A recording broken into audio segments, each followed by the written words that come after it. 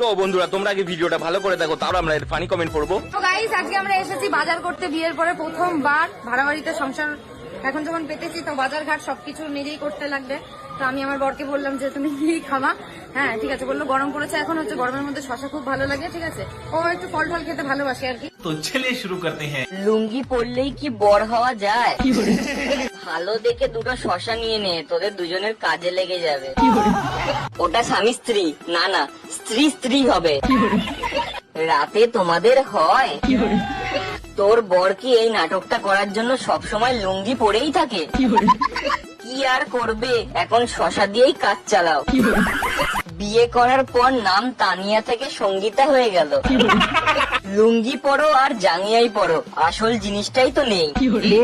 Income করার জন্য আর কি কি করবে মানুষ, ঘোর কলিযুগ চলছে। লজ্জা লাগা দরকার। ও তানিয়া দি, তোমার বরের লুঙ্গিটা একদিন তুমি পরবে, আমি দেখবো তোমাকে বর সেজে কেমন লাগে।